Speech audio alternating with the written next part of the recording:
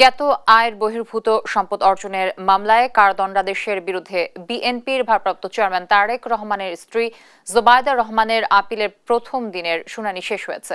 পরবর্তী শুনানির জন্য ২৬ মে দিন ধার্য করেছেন হাইকোর্ট। বিচারপতি মোহাম্মদ খোরশুজ্জামানের একক হাইকোর্ট বেঞ্চে এ শুনানি হয়। গেল ১৪ মে জোবায়দা রহমানের আপিল গ্রহণ করেন হাইকোর্ট। আপিল নিষ্পত্তি না হওয়া পর্যন্ত জামিন দেন তাকে। একই সঙ্গে জোবায়দা রহমানকে বিচারিক আদালতের দেয়া অর্থদণ্ডাদেশ স্থগিত করেন হাইকোর্ট। শুনানিতে জোবায়দা রহমানের আইনজীবী দাবি করেন, এই মামলায় তারেক রহমান ও তার স্ত্রী জোবায়দা রহমান খালাস পাবেন। আইন মেনে তাদের দণ্ড দেয়া হয়নি।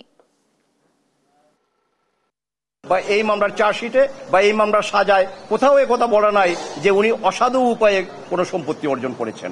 কাজেই আইনের দিক থেকেই আপনার এই মামলাটা রক্ষণীয় না এবং এই জাজমেন্টটা টিকতে পারে না। Up to this extent we have submitted today before the honourable court. Next session আছে মানডে এট 2, ওই দিন আমরা বাকি আর্গুমেন্ট করব।